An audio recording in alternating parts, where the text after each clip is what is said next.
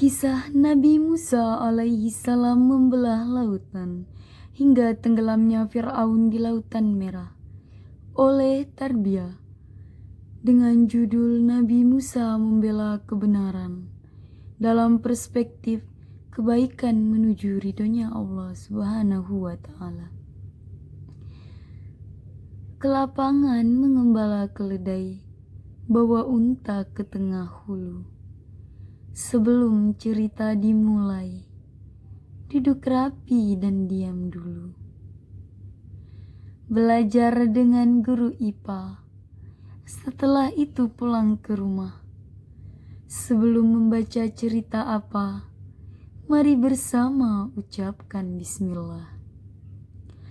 Air mata jatuh dengan berani karena menonton film Korea.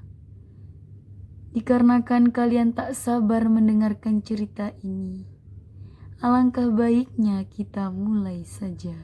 Dikisahkan di sebuah negeri yang bernama Mesir. Hiduplah seorang penguasa tertinggi di kala itu, yakni semacam raja. Ia seorang raja yang menyebarkan pengaruh buruk bagi para pengikutnya. Ia mendapuk diri sebagai Tuhan. Orang-orang Yahudi berangkat dengan diam-diam di malam hari. Ketika Fir'aun mengetahui mereka melarikan diri, ia mengejar mereka dengan tentaranya. Dan di Lautan Merah ia terbenam. Karena itu Nabi Musa diutus Allah kepada kaum Bani Israel untuk menghentikan kekejaman Fir'aun. Dia membawa bukti rasional mengenai keesaan Allah dan membawa mukjizat. Nabi Musa juga diutus Allah untuk mengingatkan penduduk Mesir supaya tidak terpengaruh Fir'aun. Sahabatku semuanya yang berbahagia, siapakah Nabi Musa dan Bani Fir'aun?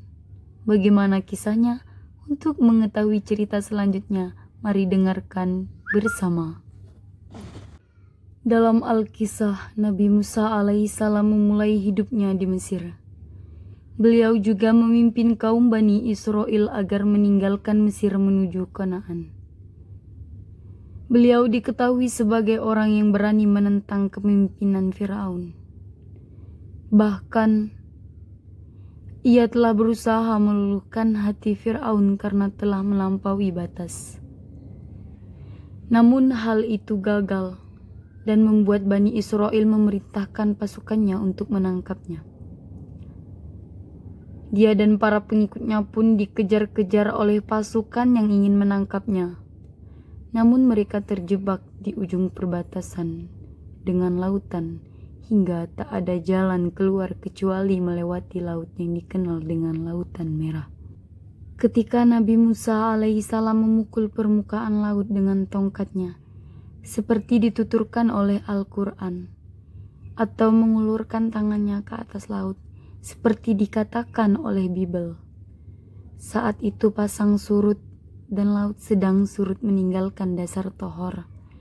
Nabi Musa alaihissalam diperintahkan oleh Tuhan agar segera melintasi dasar Tohor itu.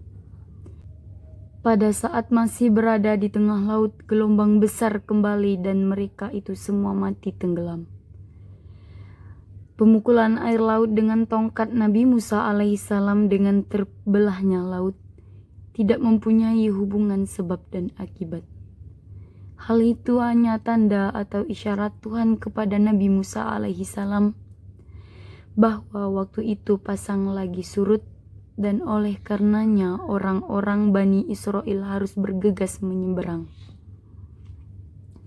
Tuhan telah mengatur demikian sehingga ketika Nabi Musa alaihissalam sampai ke pantai, saat surutnya laut hampir mulai, sehingga serentak beliau memukul air laut dengan tongkatnya, mematuhi perintah ilahi.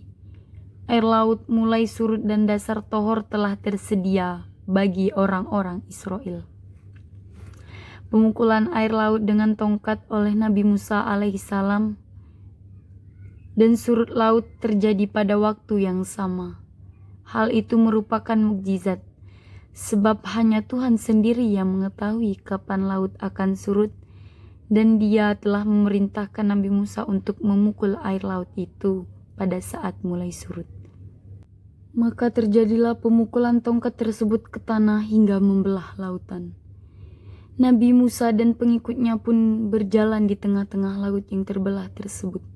Di dalam ayat Al-Quran yang berbunyi artinya, "Dan sungguh telah kami wahyukan kepada Musa, pergilah bersama hamba-hambaku Bani Israel pada malam hari, dan pukullah untuk mereka jalan yang kering di laut itu.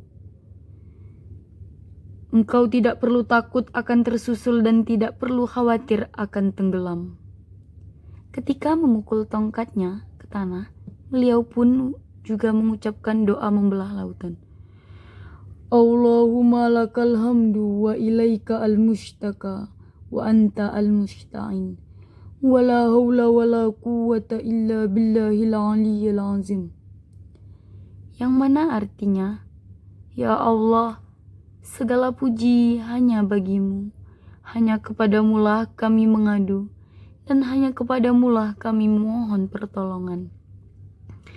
Tiada daya untuk menghindari maksiat, dan tiada kekuatan untuk taat, kecuali dengan pertolongan Allah yang maha tinggi lagi maha penyayang."